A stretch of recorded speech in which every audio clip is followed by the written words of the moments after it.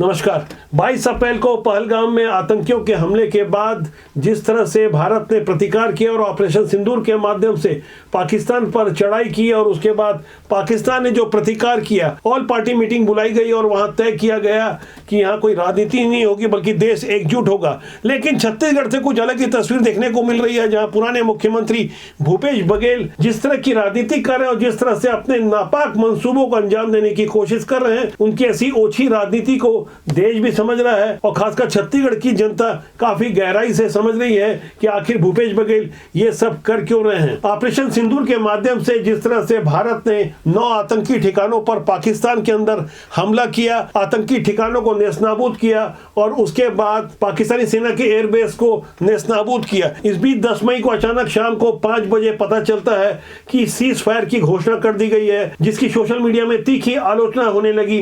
लोग आलोचना कर रहे थे, दावा कर रहे थे कि जब भारतीय सेना जीत रही थी तब ये निर्णय क्यों लिया गया। लेकिन 3 घंटे बाद जैसे ही पाकिस्तान की ओर से अपने वादे से इतर जाकर वापस से हमला किया गया तो उसका प्रतिकार भी हुआ। इस बीच भूपेश बघेल का एक ट्वीट आता है जिसे आप अपनी स्क्रीन पर गौर से देखिए, जिसमें उन्होंने 1971 में पाकिस्तान को जवाब देने के लिए इंदिरा गांधी के फैसले को उन्हें आयरन लेडी बताते हुए याद किया, साथ ही कुछ और तस्वीरें साझा की। दरअसल भूपेश बघेल काफी समय से इस ताक में बैठे थे कि कैसे इस मुद्दे को राजनीतिक हवा दी जाए और किस तरह से इसे अपने पक्ष में भुनाने की कोशिश की जाए, जबकि ऑल पार्टी मीटिंग के माध्यम से ये पहले ही तय हो चुका था कि यहाँ कोई राजनीति नहीं होगी। लेकिन भूपेश बघेल तो भूपेश बघेल हैं, भला वो कहाँ मानने वाले थे। उन्होंने भी मीडिया को यही बताया था कि इस पर राजनीति नहीं होगी। लेकिन रायपुर में तिरंगा यात्रा निकालकर जिस तरह से धक्का मुक्की की गई और जिस तरह से फोटो खिंचवाने की होड़ मची थी, उस वीडियो को भी कोई और नहीं बल्कि भूपेश बघेल ने खुद अपने सोशल मीडिया प्लेटफॉर्म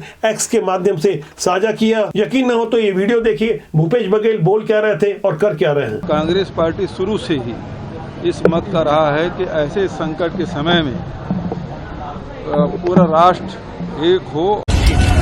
कांग्रेस के द्वारा तिरंगा यात्रा निकाला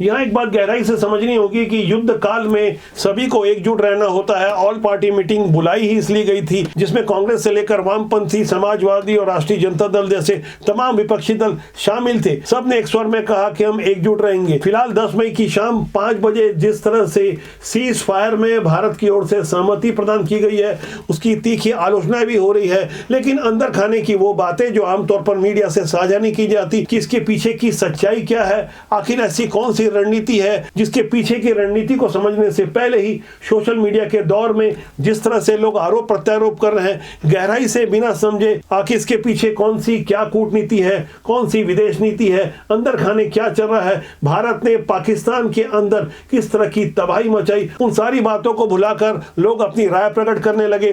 2 दिन का सीज फायर था, 12 मई की डेडलाइन तय की गई है, यानी अभी युद्ध थमा नहीं है। युद्ध काल के समय जहां लोगों को एकजुट रहना चाहिए, अपने निजी स्वार्थों को छोड़कर, खासकर राजनीतिक मसलों को कहीं पीछे छोड़कर एकजुट रहने की बजाय निजी स्वार्थ जिस तरह से खासकर भूपेश बघेल का उभर का सामने आया है, उसके पीछे की मंशा को हम आगे गहराई से समझेंगे। जैसा कि आपने भूपेश बघेल की तिरंगा यात्रा वाली फोटो को देखा होगा कि उनके ठीक बगल में देवेंद्र यादव चल रहे थे, जो हाल में ही कुछ दिन पहले 6 महीने की जेल काट कर आए हैं। और भूपेश बघेल के लिए इस बात की प्रबल आशंका है कि वो भी जेल जा सकते हैं। उनके विरुद्ध कई संगीन मामले हैं, खासकर घोटालों के ऐसे मामले जिसमें वो नामजद आरोपी हैं। भूपेश बघेल की इन सारी करतूतों को हमें गहराई से समझना होगा कि आखिर किस तरह की राजनीति छत्तीसगढ़ में चल रही है। उससे पहले यदि हम छत्तीसगढ़ भाजपा के निर्णय पर गौर करें तो हमें सूचना दी गई, तारीख 10 मई 2025, समय था 9:39, यानी भारत सरकार के सीज फायर की घोषणा के करीब 4.5 घंटे बाद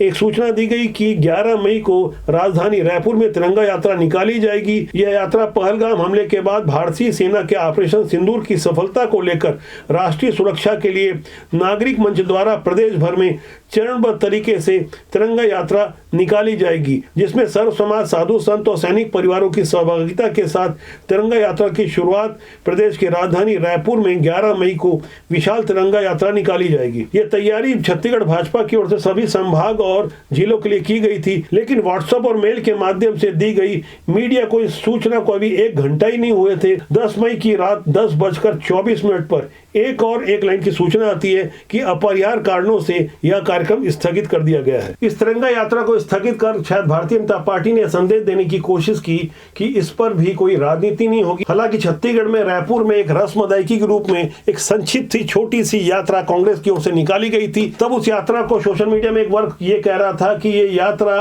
रस्म अदायगी है, लोग फोटो खिंचवाना चाहते हैं, वीडियो बनवाना चाहते हैं, जो भी मंशा रही हो, लेकिन इस पर कोई राजनीति नहीं हो रही थी। लेकिन जैसे ही भूपेश बघेल ने ट्वीट के माध्यम से 1971 में भारत के द्वारा पाकिस्तान की सेना पर विजय के बाद जिस तरह से इंदिरा गांधी के माध्यम से कांग्रेस को माइलेज या श्रेय दिलाने की कोशिश की गई, तो जैसा कि स्वाभाविक था क्रिया की प्रतिक्रिया भी शुरू हो गई। लोग वहां पूछने लगे कि आखिर इंदिरा गांधी के जमाने में बांग्लादेश तो पाकिस्तान से अलग हुआ, लेकिन 93,000 पाकिस्तान के युद्धबंदी सैनिकों को क्यों रिहा कर दिया गया? जो जमीन सेना ने जीती थी उन्हें क्यों वापस कर दिया गया? और भारत के जो युद्धबंदी पाकिस्तान की जेलों में थे, आखिर क्यों नहीं उन्हें लिया गया? आखिर क्यों नहीं पीओके वापस मांगा गया? ऐसे तमाम प्रश्न खड़ा किए गए। ऐसे प्रश्न स्वाभाविक भी थे, दरअसल ऐसे प्रश्न नहीं आने चाहिए थे, लेकिन जब भूपेश बघेल ने अपना वादा तोड़ा तो ऐसा होना भी था। जिस तरह से पाकिस्तान ने सीज फायर का उल्लंघन किया, वहां उन पर कोई यकीन नहीं कर सकता, वैसे ही भूपेश बघेल ने जिस तरह की हरकत की, जिस तरह से राजनीतिक फायदा उठाने की कोशिश की, उनके समर्थक भी सोशल मीडिया में एक के बाद एक इंदिरा गांधी की फोटो सोशल मीडिया में डालकर ये बताने की कोशिश करने लगे कि मोदी सरकार का कोई मुकाबला नहीं है, इंदिरा गांधी उनसे ज्यादा उत्कृष्ट थी। मौजूदा हालात में अंदर खाने चल क्या रहा है राजनीतिक दलों को भी नहीं मालूम है और मेन स्ट्रीम की मीडिया को भी सही जानकारी नहीं पता है। भारत की फौज की ओर से, भारत की सेना की ओर से जो नियमित प्रेस ब्रीफिंग की जा रही है, इसके अलावा जो इनपुट आ रहे हैं, जो पक्की जानकारी मिल रही है कि पाकिस्तान में कैसे हाहाकार मचाया गया है। फिलहाल अभी युद्ध काल थमा भी नहीं है, लेकिन गहराई से समझना होगा कि आखिर भूपेश बघेल जैसे तमाम ऐसे लोग जो ऐसी घटना का राजनीतिक फायदा उठाना चाहते हैं और कहीं ना कहीं भारत की एकजुटता को कमजोर कर रहे हैं, तो ऐसे में हमें समझना पड़ेगा कि भूपेश बघेल का खुद का अतीत और इतिहास क्या रहा है। फिलहाल भूपेश बघेल एक नामजद आरोपी हैं जिनकी गिरफ्तारी की तैयारी हो रही है। गौर करने वाली बात यह है कि अभी कुछ ही महीना पहले 24 सितंबर 2024 को भूपेश बघेल रायपुर सेंट्रल जेल में बंद कोयले के घोटाले वाले एक मामले में कारोबारी सूर्यकांत तिवारी से मिलने रायपुर के सेंट्रल जेल गए थे। हालांकि उन्हें मुलाकात का मौका नहीं दिया गया।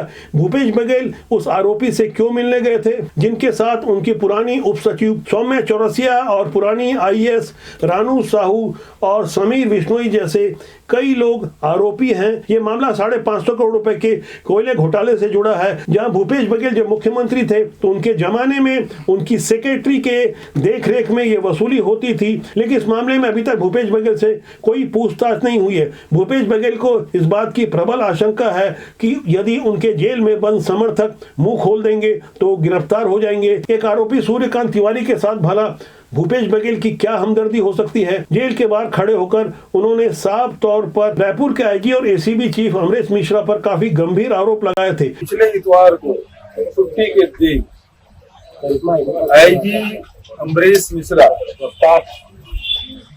जो रायपुर संभाग के ही आईजी हैं और साथ ही एसीबी और वो आके यहाँ एक बंदी से बुला के बिना अधीक्षक की उपस्थिति के उसके कक्ष में बैठ के उसे धमकाने डराने का काम किया गया और उसमें सीधा सीधा उसको कहा गया कि मेरा नाम लो और फिर उन्होंने एप्लीकेशन दी कोर्ट में और तब फिर मैं यहाँ मिलने पहुंचा। सूर्यकांत मिश्रा तिवारी को खूब डराया धमकाया और पूरे परिवार को तबाह करने की धमकी दी। ये भी कहा कि तुम्हें कोई मदद नहीं करेगा, तुम्हारे परिवार को तबाह कर दूंगा, तुमको तबाह कर दूंगा, इस प्रकार की धमकी दी गई है। भूपेश बघेल छत्तीसगढ़ के सीनियर आईपीएस अमरेश मिश्रा के विरुद्ध जिस तरह के गंभीर आरोप लगा रहे थे, इन आरोपों को आज 6 महीने से ज्यादा बीत चुके हैं। यदि आरोप सही थे तो भूपेश बघेल आज चुप क्यों हैं? भूपेश बघेल दरअसल इस तरह की राजनीति करने के माहिर हो चुके हैं। आरोप लगाओ और आगे बढ़ जाओ, भले ही उसमें कोई सत्यता हो ना हो। गौर करने वाली बात है कि जेल में वो एक बड़े आरोपी से मिलने गए थे, उनकी सेक्रेटरी सौम्या चौरसिया भी इसी कोल घोटाले वाले मामले में जेल में बंद है। साफ तौर पर आरोपी का नाम लेकर भूपेश बघेल जिस तरह की हमदर्दी दिखा रहे थे, उससे कांग्रेस की फजीयत तो होती ही है। यही कारण है कि उनके समकक्ष कांग्रेस के कई बड़े नेता उन्हें पछाड़कर छत्तीसगढ़ की कांग्रेस की राजनीति में आगे आ जाना चाहते हैं और पार्टी आलाकमान भी सब देख रहा है, समझ रहा है। भूपेश बघेल ने ऐसे आरोप क्यों लगाए और ऐसे आरोपों के पीछे की क्या हकीकत है, इस बारे में आगे हम कुछ बड़े खुलासे करेंगे। छत्तीसगढ़ की जनता के लिए इसे विडंबना ही कहा जाए कि जो व्यक्ति 5 साल उनका मुख्यमंत्री रहा, वो सट्टा चलाने के मामले में नामजद आरोपी है। एफआईआर में उसका नाम है। 4 मार्च 2024 को उनके विरुद्ध जो एफआईआर दर्ज हुई उसमें साफ तौर पर भूपेश बघेल का नाम है कि 508 करोड़ रुपए महादेव सट्टा के कारोबार को संचालित करवाने में वो एक प्रमुख आरोपी रहे हैं। इसके अलावा बीते 10 मार्च को ईडी ने कोल घोटाले वाले मामले में भूपेश बघेल के घर पर छापेमारी की। उसके बाद 26 मार्च को सीबीआई ने छापेमारी की। एक के बाद एक आरोपों से जिस तरह भूपेश बघेल घिरते जा रहे हैं अपने दामन को पाक साफ दिखाने के लिए, अब जिस तरह की वो राजनीति कर रहे हैं, खासकर युद्ध काल में ऐसी सस्ती राजनीति का जवाब उनके द्वारा सोशल मीडिया में डाली गई पोस्ट के बाद आम जनता ही दे रही है। क्रिया की प्रतिक्रिया भी आ रही है, लेकिन गहराई से हमें समझना होगा, देश के रक्षा मंत्री की बातों को सुनना होगा और खासकर कर्नल सैफिया कुरैशी की बातों को सुनना होगा, जो कि सेना के प्रवक्ता के रूप में अधिकृत बयान दे रही है। वो क्या कह रही है, इनकी बातों को हमें समझना होगा कि किस तरह से हमने पाकिस्तान के अंदर घुसकर धुआं कर दिया है। शायद ये बातें हमारे देश के कुछ भ्रष्ट सफेदपोश नेताओं को शायद समझ नहीं आएगी। हमें गहराई से पूरी निष्पक्षता के साथ इन बातों पर गौर करना चाहिए। रफीकी, मुरीद, चकलाला, रहमियार खान, सुकूर और चुनिया स्थित पाक के सैन्य ठिकानों पर एयर लॉन्च सटीक हथियारों व लड़ाकू जेट से प्रहार किए गए। भाईजान नूर खान बेस में आके गिरा है। ये अटैक हुआ है नूर खान बेस पे, बिल्कुल घर के सामने। अभी एक जहाज गुजरा है। ये अभी एक दूसरा ब्लास्ट भी हुआ है हमारी ये नूर खान एयर बेस पे। भारतीय सेना ने शौर्य और पराक्रम के साथ साथ संयम का भी परिचय देते हुए पाकिस्तान के अन्य ठिकानों पर भी प्रहार करके करारा जवाब दिया है। हमने केवल सीमा से सटे सैन्य ठिकानों पर ही नहीं कार्रवाई की, बल्कि भारत की सेनाओं की धमक उस रावलपिंडी तक सुनी गई जहां पाकिस्तानी फौज का हेडक्वार्टर मौजूद है। युद्ध अभी थमा नहीं है। भारत का पलड़ा मजबूत जरूर है, लेकिन हमें एकजुट होना होगा। देश की जनता को एकजुट होना होगा बिना किसी राजनीतिक भेदभाव के। हमें एक स्वर में एकजुटता के साथ भारत के लिए लड़ना होगा। आंतरिक स्तर पर यदि हम मजबूत रहेंगे तभी एकजुटता हमारी देश के पराक्रमी और शूरवीर योद्धाओं के काम आएगी। ये वक्त राजनीति का नहीं है। राजनीति के लिए अभी काफी और समय पड़ा है, लेकिन हमारा मानना है कि अच्छे लोग राजनीति में अच्छी समझ के साथ देश की सेवा करें। बुरे लोग राजनीति में रहेंगे तो देश की सेवा नहीं कर सकते। इसलिए अच्छे लोगों को राजनीति में आना चाहिए। देश और समाज के लिए हम लगातार आवाज को बुलंद करते हैं। राष्ट्रबोध जनता का जनमंच है। मेरा आपसे आग्रह है कि आप इस जनमंच के साथ बने रहें। देश के लिए राष्ट्रबोध का सूत्र वाक्य है, राष्ट्रहित सर्वोपरि। नमस्कार।